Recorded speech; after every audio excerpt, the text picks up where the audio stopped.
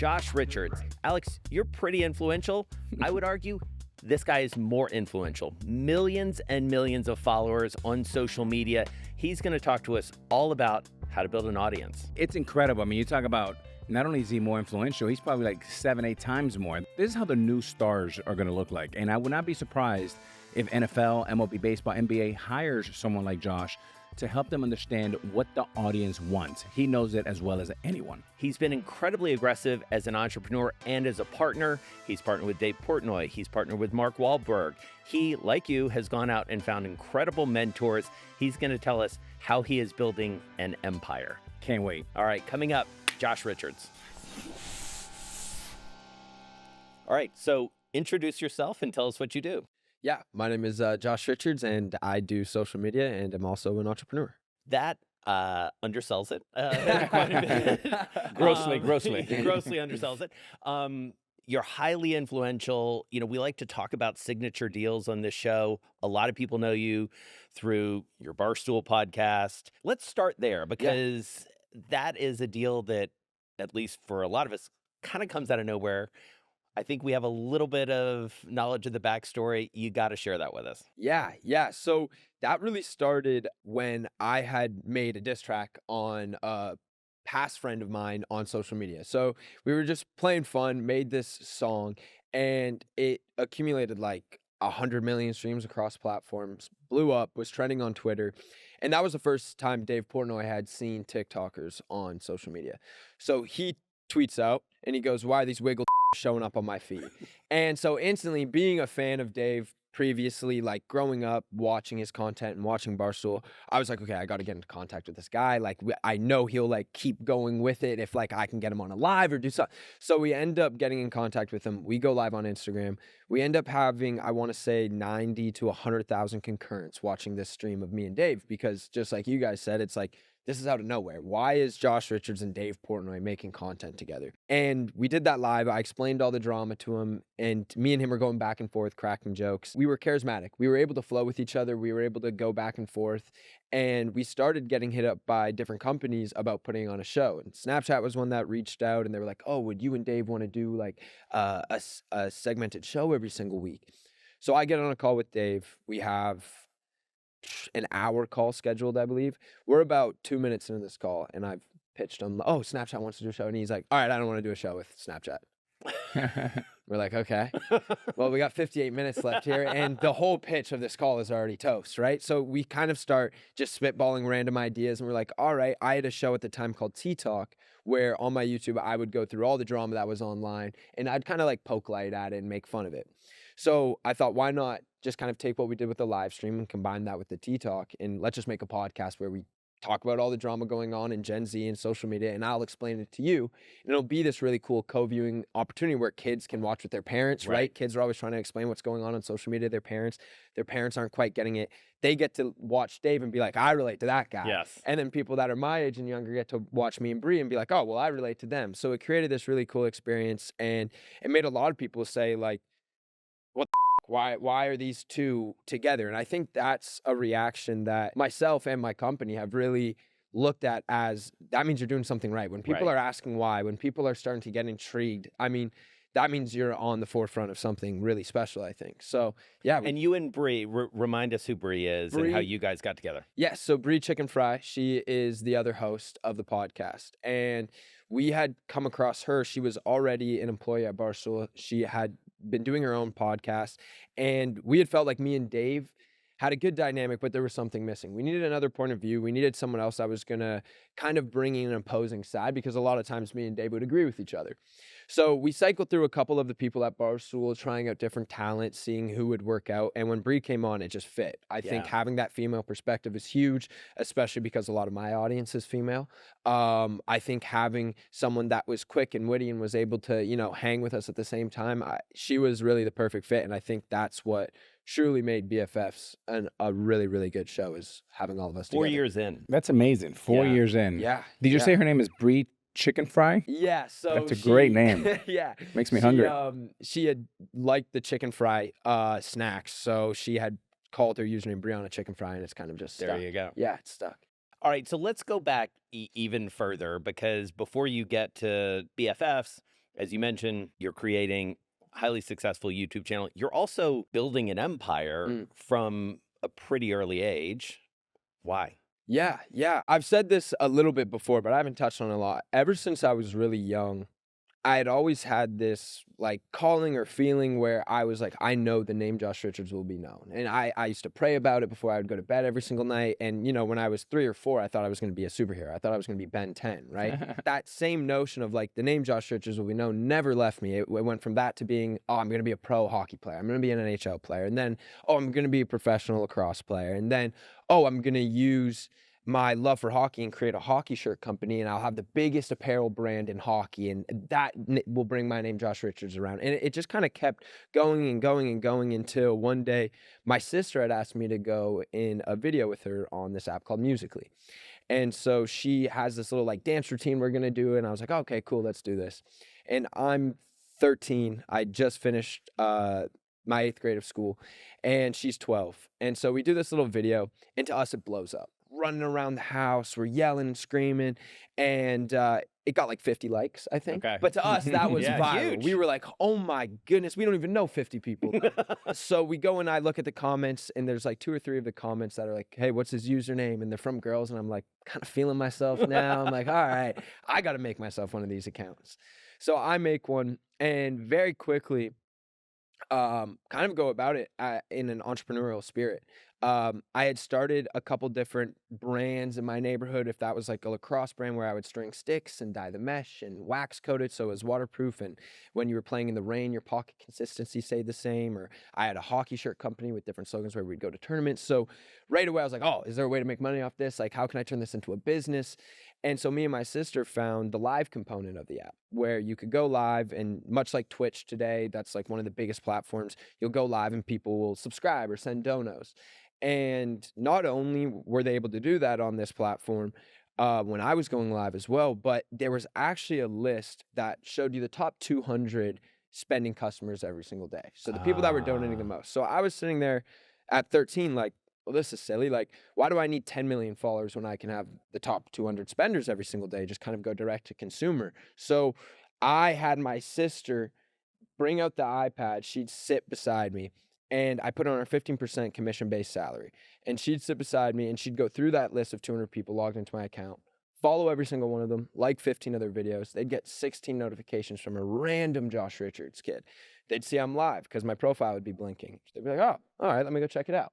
They'd come into the live. I'd know it was one of them because their usernames were highlighted in red because I just followed them. So I would give them extra attention, be like, yo, what's up, what's up?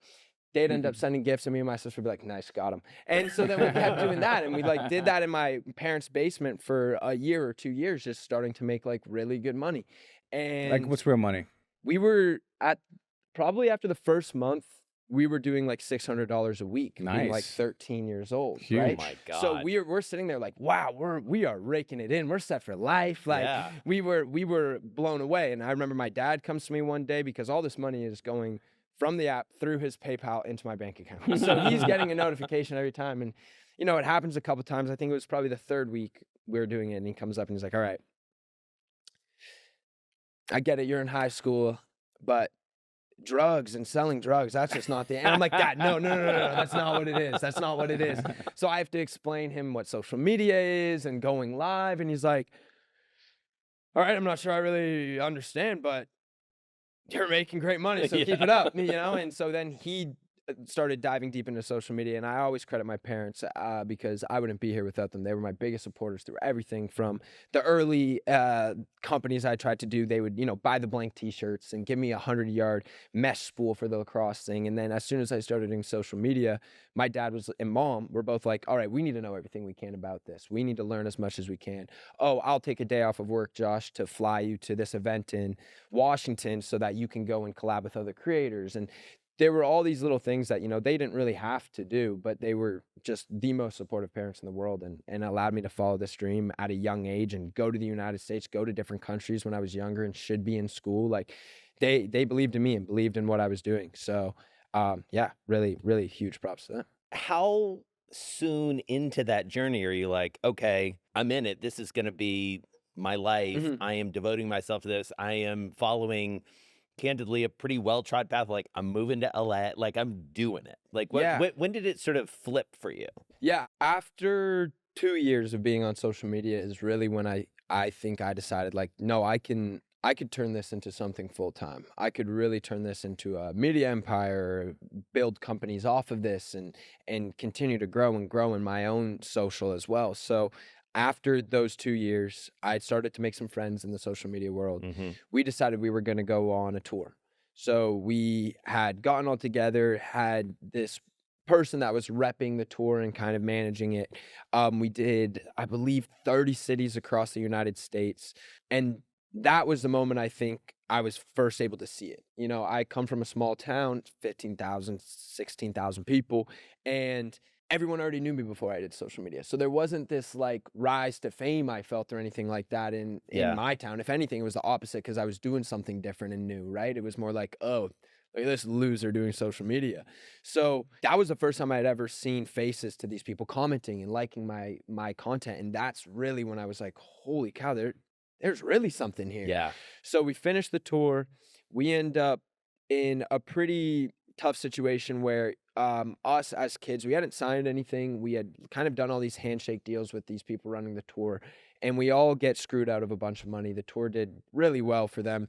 We were doing like 2,000 people sold out shows every single place we went. On top of that, we do dinners and VIP things and all these different things where people would select who their favorite fans or their favorite person to see was. So you were supposed to get that cut, and it was, I think I got $700 by the end of it. Like, it was like, it didn't even cover the hotels. You know what I mean? Like, or the food that we had to Wow. go and get. So it was a tough situation, and it was a learning one that I'm glad happened early, because right then I was like, all right, this is the Wild West. Social media is new. No one's paying attention, like in the sense of protecting the creator. There's Yeah. no, at this point, there's no WME, CAA. They're not coming to sign kids yet. They're not even like looking at what TikTok could be. And this is only what, This 4 or is- 5 years ago, Yeah, this right? is 2019. Yeah. Like, so it's not that long ago, right? And that was the moment where I was like, okay, I need to start something that's going to be by the creator for the creator. So I started a management company.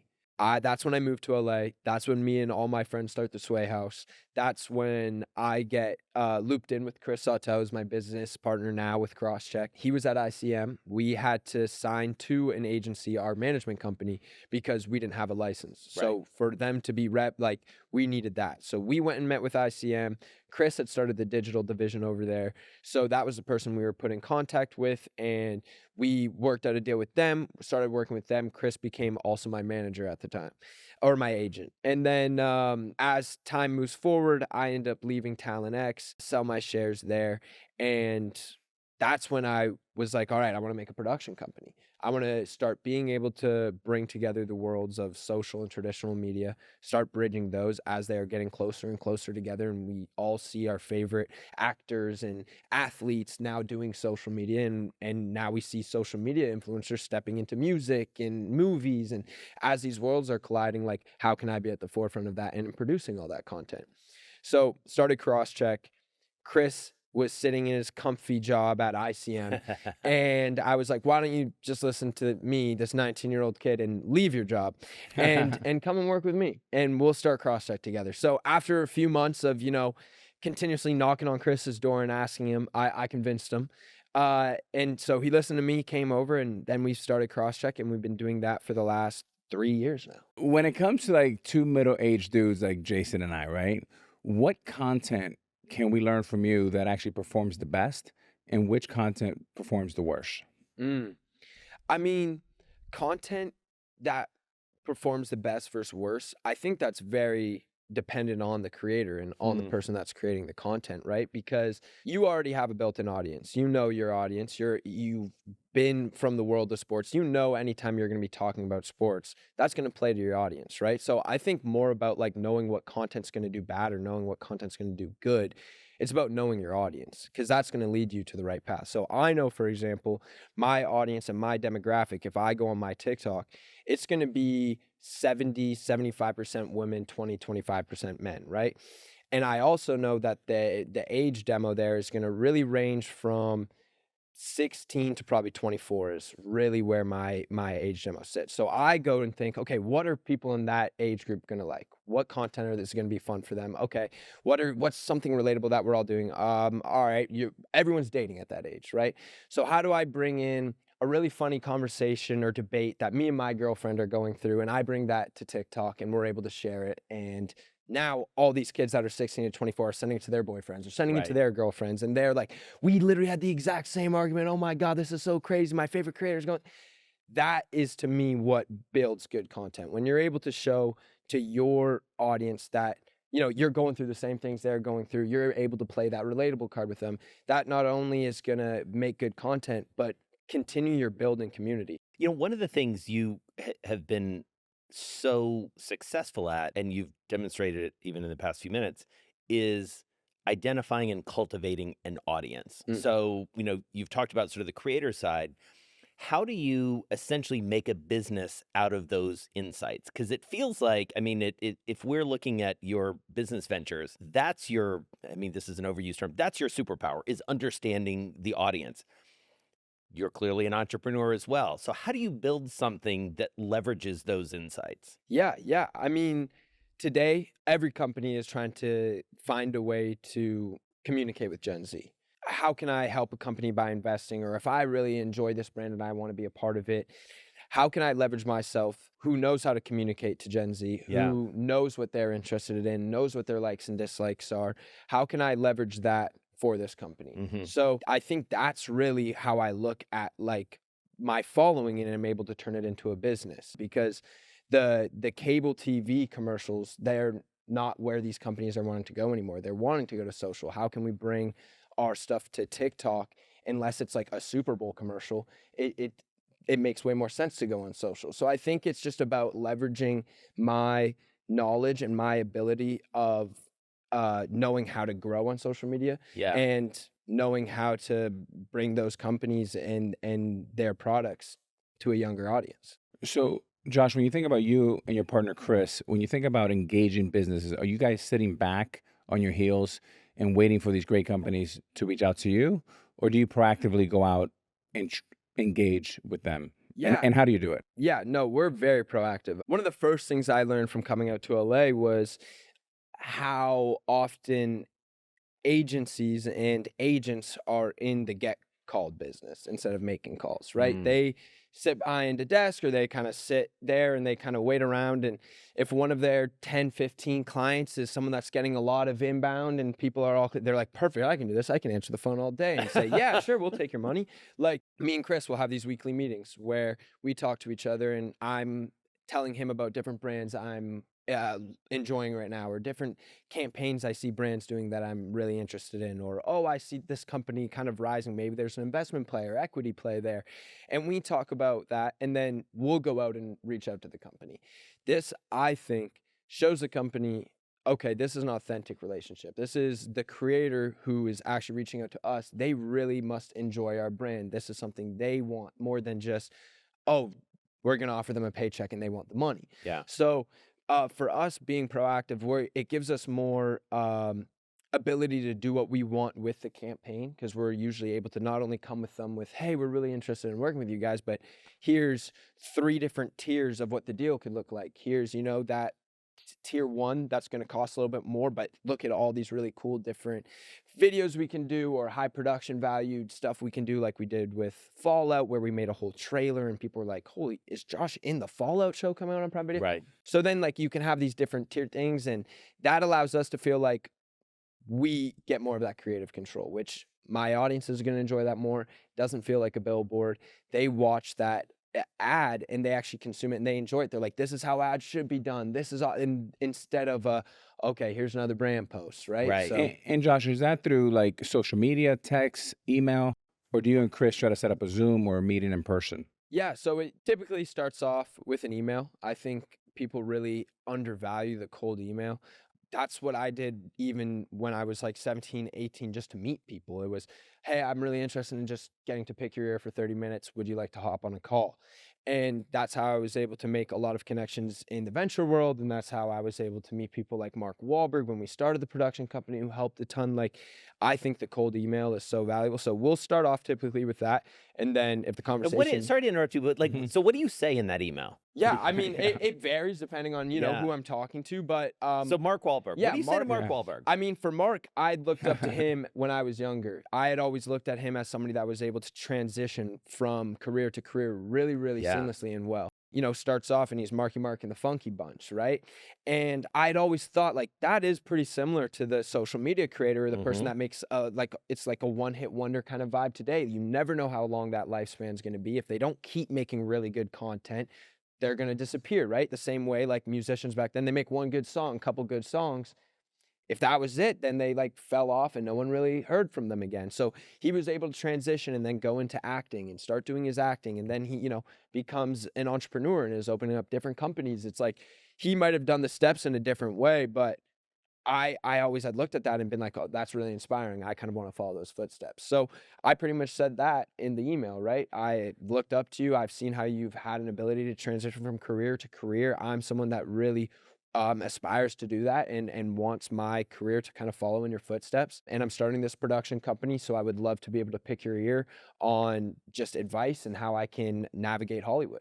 So I sent that email. It ended up getting received by the head of his production company, Archie Gips. Got on the phone with him, talked with him for a while. He was like, you really do remind me of Mark. Let me get you in contact with Mark. And then I got in contact with Mark, and that's when we started the joint venture for the production company. So that's where my production company was for the first year with his unscripted company. And he was able to, you know, do the whole parade me around Hollywood and be able to introduce me to certain people. And that really helped kind of get us going at the beginning and allowed me to sit in rooms as a 19, 18-year-old and have people take me seriously because Mark had said, no, I trust him. When you're approaching different deals, whether it's a brand, whether it's a company, you've hit on something that Alex talks about a lot, and we've talked about a lot on this show, which is moving from sort of asset to principal. And a lot of what is embedded in that is getting a stake, getting equity. How much do you think about sort of the ownership piece? Because clearly the entrepreneurial side of you wants to be an owner, it sounds like. Is that fair? Yeah. I mean, I think I'm always thinking about that. If that's from when I'm working with a brand or a company, or even when I'm creating my own IP as content, because you're building a library, right? And that can then go and sell one day. I mean, I think it's something I always think about, especially because I always want to be able to be a part of the present and the future and keep my finger on that pulse. And I think there's no better way than investing in a company that's going to be massive in the next 5 to 7 years, right? That allows me in 5 to 7 years to still be a part of the conversation. So for me, it's something that's really important. It's something that has been given to me as advice when talking to people like Ashton Kutcher. And he said, you know, if I had taken equity in every single one of the deals that I had done for commercials when I was younger, instead of the paycheck, even if I cut the paycheck in half and took it as equity instead, I would be 100x richer than I am today. So there's just been a lot of people that, you know, from me doing those calls and cold emails, like that's the lessons that have been taught to me. And those people have been through it. And I always like to pride myself on knowing what I know and knowing what I don't. So I'm going to listen to the people that do know it and hopefully make the right decisions. I mean, it's interesting too. I mean, just to prod you a little bit, there are a lot. I mean, you talk about the echoes and the similarities with Mark Wahlberg, and you said it earlier, Josh.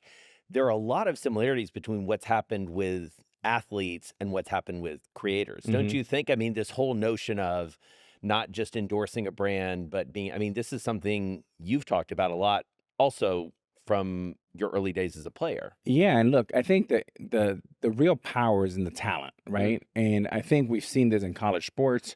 We've seen this on entrepreneurship, where at one point, probably Mark Wahlberg and I started, a talent was just a talent. You get a fee and you stay in your corner. Today, the pendulum is shifting NIL, with the actual players and the students have more power than the NCAA.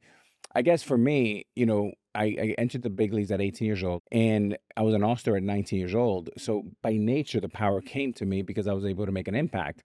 And I think the same is, you know, for you guys. Companies, whether it's Armani, New Balance, whoever you work with, they want you to bring enterprise value to them, revenue, eyeballs, and you're doing that as well as anybody. Do you see that as well? Yeah, no, I mean, for sure. I think that's what they look at when they're deciding who they want to align with. Who do we want to have back our brand? Who do we want to have be the modern day? You don't put the brand logo up on a billboard anymore. You can stick it on someone's back and they can go Right. walk around and wear it, right? So I think that's exactly what they're looking at. All right, so Josh, if you were a part owner of the Minnesota Timberwolves and the Lynx, 2 or 3 things that you would be thinking about to position those brands ahead of the rest of the other teams. Yeah, yeah. I mean, I think one thing that I've noticed a couple teams step in and really start focusing on is, their social play.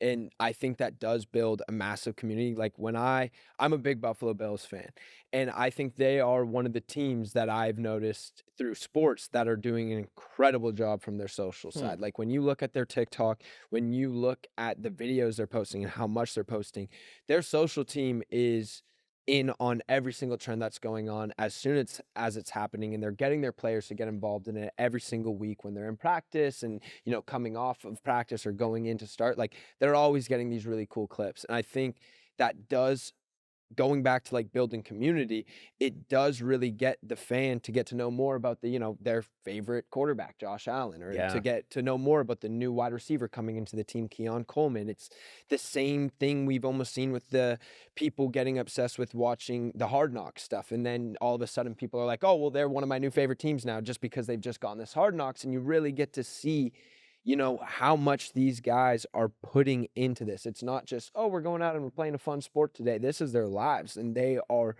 putting every single ounce of like blood, sweat, and tears into it every single day. And you get to start to have that same feeling like transcend through you by watching the content. So for me, I think social obviously is a massive play to get the fans just to ride even more and more for your team. But I mean, with Minnesota, you got some new guys coming in this year. So getting to film that dynamic and how you guys are building off of, a great year last year, Anthony Edwards absolutely balling out in the playoffs, like getting to film this journey as this new team comes together with a huge trade. To me, that's something I would really want to watch, and I think separates, like, there's not people doing their own videos of these big trades and how this new dynamic is coming into work together and how these two superstars are going to blend and mesh. Like, that's something as a fan of just sports I'd want to see all the time, and I would consume. So let's stick with sports if we can, because, one of the things, you're clearly a passionate fan. It is fascinating, just as an aside, that the Buffalo Bills, with all apologies to Bills Mafia, is the most forward thing. When you think Buffalo, you don't always think not that, right? necessarily the way you would think. Yeah, but yeah, fascinating. But as you look across the sports world, like from a league or from a sports perspective, like who understands their audience the best? I mean, you've done some work with the NHL, I know. Like who is sort of getting it out there? I do think that the NFL is probably at the top, I would say. I think the NBA is doing really cool things as well. Like, I think a lot of people were quick to hate on like the play-in tournament, but I think it gave us incredible basketball. Yeah. Like, I just think that the NFL has done a good job of not only knowing their audience, but knowing how to expand their audience as well. And even the stuff with, Taylor Swift, like them playing into that. There was a lot of people at the beginning that were like kind of getting mad about it. But when you look at the growth and how many, guys' girlfriends now aren't just, Right. Oh, I cheer for the Kansas City Chiefs because of Taylor Swift. They actually have become fans of the Right. game. It's done something that that wouldn't have happened if they didn't start showing Taylor Swift at those games, right? Like that type of community wouldn't have been as big into football if that didn't happen. So I think they saw that and they ran with it, and that was a really smart play. I don't know if I necessarily call this the league doing it. I think Caitlin Clark is doing it for the WNBA and being like the biggest talked about athlete this past year and bringing such a massive audience. Me personally, I had never watched WNBA really before I'd watched Caitlin Clark in the WNBA. And I had watched, girls college March Madness a bunch, but I'd never been into the WNBA. And she and Angel Reese had come together and they have absolutely blown that thing up. So for me, I think, those are the 3 leagues that I look at that like get their fans. I think the NHL has a long way to go. Yeah. I think that, they still in a lot of ways are an old or like elder statesmen kind of ran league, and they don't think about changing it, and they kind of want to stay traditional, it seems. So for me, I think they're one that I would love to see start to make some changes, because I love hockey, and that Yeah. is a sport that I want to have grow. And I know it's a hard barrier to entry because it's expensive to get the equipment and the ice, and there's things that you need to pay for that's harder than, basketball. You can just go get a ball and play in a park. So they got to make the barrier to entry easier. So, Josh, I want to shift a little bit and talk about your investment thesis, because, you started a venture capital firm, I believe. What's the idea behind it? I mean, clearly from the beginning, you talked about even the tour that you went on, sort of gathering these, like-minded creators around you to help sort of create sort of a super friends Yeah. model. Talk to us about investments. How do you suss them out? How do they come to you? What's the process? Yeah. So, for me, when I'm looking at a company or I'm looking to invest, I think there's a couple things I go down. First, it's always looking at the founder, right? Like, what is their history? What have they done before? Because if I believe in a founder, then I'm going to invest in them, right? More than the company. A great founder is going to find a way to make it work. If that's pivoting their company, if that's, figuring out how do they go from here to doing something else. Like, I, a lot of the time, love to invest in the founder themselves. Past that, it's looking at how can I, Josh Richards as a talent, or Josh Richards as, the owner of CrossCheck, like, how can I actually help this company? What am I going to be able to provide? How am I going to be able to boost them? So a little bit to what we were talking about earlier is, are they somebody that needs to get into the conversation with Gen Z? Is that an audience that they want to acquire? Well, I'm somebody that has grown an audience of 40 million plus online, so I know how to do that. I can help them with acquiring that audience, with getting to Gen Z. So for me, I think those are like the two things that I look at most when investing is, what am I going to be able to provide to them to be a good partner? Yeah. And then as a founder themselves, how much do I truly believe in that founder? Because I love being able to invest in the founder more than the company a lot of the time. So, Josh, I'm sure one of the challenges and part of the gift and curse of being so young, as you think about raising capital, outside capital, limited partners, whether it's institutional or family offices, walk us through, if Jason is a founder of a company and you like it and you want to make a big bet or a medium-sized bet, are you thinking about it from your balance sheet? Are you thinking about it from investors? And how do you think about raising capital? So when we raised capital for Animal Capital, we really were trying to make a splash in the space with the people that were attached to it, right? So the people that we were bringing in, it was all about, when we're going to go to a company and we're talking about investing, look at all the people that are also under this list that are willing to also, help in some ways. So for us, And remind us who those people are. yeah. So for us, it was, getting people in like Thomas Tull, who absolute killer, getting in people like the Winklevoss twins, getting in people like Mark Wahlberg, getting in those people that have leverage and have built-in audience as well, and plethora of different spaces, right? Like, those people are all coming from different areas of entertainment and this industry. So we're able to get advice from many different lanes and people that have dealt with different companies before in different lanes. So that's kind of like how we were going to raise. We were going to have the max amount of partners we could and really try to make a splash. This was also something that I was doing at a young age, and I wanted people to be able to look past the fact that I was just, 19, 20 years old when I was starting this. So then going to, make this bet, I'm always looking at it as other people's money. This isn't something where I can go and have fun. It's not gambling. I'm not out here like playing with my own money. It's a very serious responsibility when you're, investing other people's money. And I always hold it in that facet, in that light. I always think about it that way, because I want to be able to go and raise fund too, and have all those people want to come back in and invest again when we go and raise, 30. So it's that's something that's Hey, always Josh, on you top talked of about mind. founders and the key of it. I always refer it to invest in the jockey, not the horse. Mm. So what are some of those qualities that you're looking for specifically that you turn to Chris and say, you know what, we have to back this guy, Jason. He's really got it. What do those things look like? One that's always the easiest is like looking at the person's like track record, right? Being able to see things that they've done in the past. Is this their second or third time doing something? What have their other companies looked like? And then it's also the team around them and how the team, I think, acts with that founder. Like, I like Interesting. being able to see how the team around the founder, it feels. How are they like on the call when I'm having a meeting with all of them? Are they people that seem like they want to ride and die for this founder? Like, is this a place where people are going to, you know, go to the trenches for each other? Or is it a place that you can see, man, you guys are like just holding together here? You know what I mean? Like, one small little separation or one off-put comment and this whole thing can come crumbling down, right? So I think it's really important to go and look past not only how the founder cares about, you know, business or when they're looking at, you know, what school did they go to or anything, but how are they interacting with the employees and their partners and the people that they're working with? Because the last thing you want is to invest into a company that ends up having a partner feud, and you don't want to be in that. So Yeah.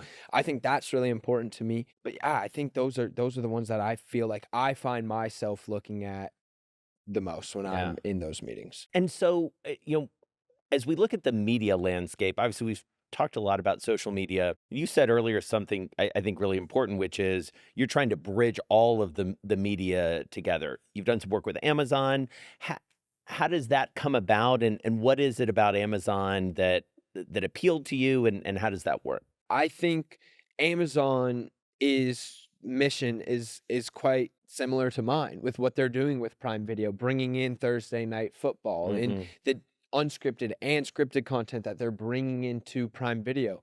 So for me, I'm able to go to a home that has the same mission, and I feel like, okay, we're both now working together in a more in a better fashion to both complete our goals. I'm able to go to Amazon and I'm able to get plugged in with athletes, and I'm able to get plugged in with the NFL, and I'm able to do those things that I want to do on the sports side. But then as well, I'm able to bring in my scripted content. I'm able to bring in my unscripted content to a home where they're able to kind of take everything I have. So for me, it was a perfect relationship. Yeah. So given that we're sitting here, you know, with a guy who used to play baseball, you obviously have a lot of insights into the sports world. Like, who were the present company excluded because he doesn't need the attention. I mean, who are the athletes you pay attention to in terms of their social following, in terms of, you know, their sophistication when it comes to building an audience?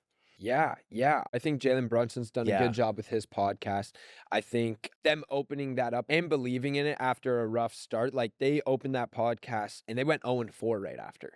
Their team lost the next 4 games right after doing that podcast. So people were on them pretty heavy, like, don't do this anymore, stop the podcast, like this isn't working.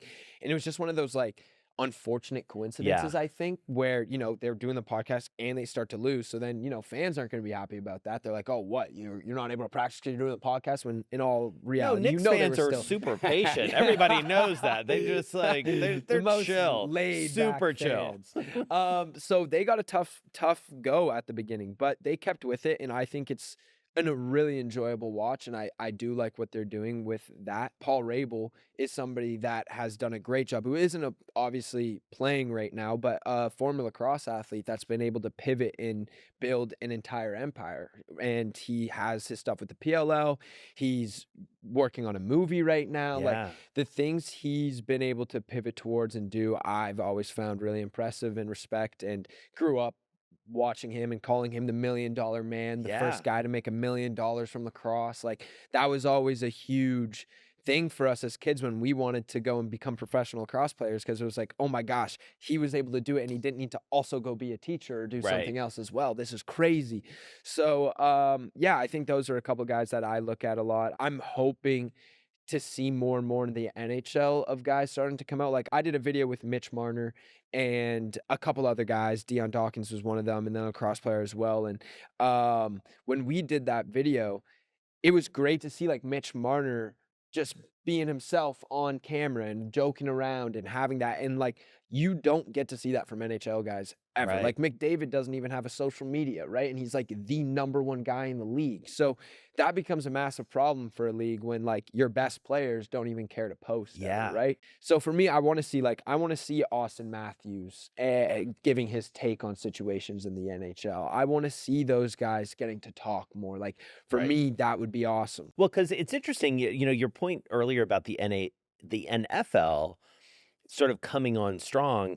The NBA was on that corner for a long time. You know, I mean, you saw, you know, it was such a player-driven Yeah. league, and the NFL, as it often does, is like, okay, we got this now. I mean, and you really have seen just a really concerted effort on the parts of teams and the parts of players to just get out there more. It's fascinating that it's happening. 100%. Even from like them having like the post-game interviews. Yeah. Like the way they joke around in the post-game interviews and they have fun sometimes in them, you know, like that's something that I see in the NBA and I see in the NFL that I don't see in the NHL whatsoever. Yeah. Like guys are up there and they might have just had the best performance of all time and scored like 4 goals and had 2 assists, and they'll be like, so like talk about it, and the guy will be like, yeah, no, I just coaches in the team, man. That's really why I was able to do that Doing tonight. it for the boys. And it's like, no, dude, you did it. You had 4 goals and 2 assists. You did everything tonight. Yeah. Like, have a little like, yeah, no, I'm that guy. Like, Yeah. people want to see that a little bit, right? And that's just not how you're taught to play hockey. Like, dressing rooms from when you're 3 years old, it's always like, no, it's the team. It's the team. It's the team. There's Yeah. no By the I. way, that sounds exactly like Major League Baseball. It's so similar to Yeah, I baseball. I mean, I remember Josh as a rookie. Like, I couldn't even go back to the back of the plane to use the restroom. And you're supposed to get there early, face in the locker room. If you know, Goose Gossage was awesome, but he was like twice my age. I was 18, he was 44. I was so scared of him. Yeah, yeah. Right. And yes, sir. Yes. And then you look back, and you know, things are starting to change. But I agree with you. I mean, NFL, NBA, they're a lot more pop culture, and they're like, yeah, I'm that guy. Yep. We would never be able to say that in baseball. No. I do have a question about, because Jason's mentioned a few times the Josh Richards empire. And I'm always fascinated by entrepreneurs' vision. So if you think about your vision for the next 7 to 10 years, I'm trying to think about what is a great example. Are you thinking about your empire that looks a little bit like Ryan Seacrest with a blend of Mark Wahlberg with a splash of Sequoia Capital? Like, tell us what the vision looks like. Yeah, I mean, I think you did a pretty good job there. And that sounds like a pretty great next You 5 just to create a 7 vision years. board There for you him. go. That's great. For me. But no, I think, yeah, I've always looked at it as, I think Mark Wahlberg is the example that I've used a lot. Just his ability to be in so many different fields, I think, to me is something I always have enjoyed. I've never been somebody that just wants to kind of, you know, stick to one thing and do that one thing and that be it. So I really hope in the next 5 to 7 we're able to grow out Crosscheck and be at the forefront of creating content for Gen Z and scripted and unscripted. I really hope to continue getting to not only be a part of content, but get more and more into acting and scripted content myself and being in front of the camera. So I think Mark for me is definitely that, I guess, goal or kind Yeah. of, you know, path that I would really like to go down. You know who I see a lot of? Ryan Reynolds. That's a good one. I will take that Yeah. every single day. Especially because like when you talk to Ryan, I mean, he does such an amazing job of talking about essentially like putting it on his back, right? I mean, with Deadpool being the example, right? I mean, that's a movie that was essentially, as he tells it, kind of left for dead. You know, I mean, do you know that he leaked the Yes. first trailer piece? That was him. And was that smart? I was so smart. It I mean, was that's the what got smartest. it. Yeah, Yes, that's what yeah. really got it done. Is like they had this little test shoot they had done, and it somehow got leaked, and Yeah. no one knows. And like Ryan was able to leak it, and it got so much fan attention Right. that they were like, "We have to do this. now. Right. We have to." And that was him believing in himself and taking a risk, and then look how it paid off. Right. and I believe that the next part of that story is they shoot the movie and then he literally walks off the set in the suit and takes the suit home because he knows they're not going to market it the way that he wants it to be marketed, and he does all these like guerrilla videos Wow. that then markets the movie. I mean, it's also this idea of working with brands in an authentic way, because that's what Maximum Effort has done so much of. And when I hear you talk about what you and Chris are doing, that sort of approach seems very so you're going to be a team owner. Yeah. You're going to have I got a billion-dollar lot of movie things. franchises. Yeah. Dude, so It's gonna be great. we're going to end this as we do with a rapid fire, so we'll bounce it back and forth. What's one word to describe your deal-making style? Proactive. What's more important, your instincts or data? Instincts. Who's your dream deal-making partner? I'm gonna go Ryan Reynolds. Ah, Yeah. Nice. What's the best piece of advice you ever received on deal making or business? Can I give two answers Sure. to this? I think one being the invest in the founder and not necessarily the product. And then two, when you're creating a company or you're going to be investing or you're dealing with someone that's going to be a long-term partner and you're making that decision on who that partner is going to be, I think it's really, really important to know that's going to be someone that you can go to the trenches with. That you wake up in the morning and you're really excited to get to work with this person, because if not, it's not going to be fun. It's not going to feel great. It's going to be such a tedious thing, and you're never going to be able to put forth your best effort. what's the worst advice you've ever been given? There were people on the business side that had told me I should step away from content and focus more on the entrepreneurial side. And I think that's probably the silliest thing that has ever been said to me. What is your hype song before a big meeting or negotiation? Ooh, the song I was listening to on the way here was Sunday Morning by Maroon 5. So I'll go with that. All right. You can only watch one sport for the rest of your life. Which one is it? Gosh, this is so hard. Test to your Canadian roots. I know. And if it was live, I go hockey. Yeah. And it's not even close. If it's live, it's hockey and it's not even close. And on TV? TV, football. Okay. Yeah. What team do you want to see win a championship more than any? Maple Leafs. Maple Leafs so badly. Please, just in my lifetime, make it past the It first better be a round. loud prayer. Please. One fun fact about you that some of your colleagues would be surprised that you have. I did dance growing up. I don't think people would expect that because I'm a terrible dancer. But I did do hip hop dance for like a year growing up. Do you want to show us a little? I don't think I seconds on have it anymore. I think I could just do the worm when I was younger, so I thought I was going to be a really good dancer, and it did not translate whatsoever. So, All right. Well, this has been really fun. Thank you for doing this. no, thank you guys for having me. Thank you.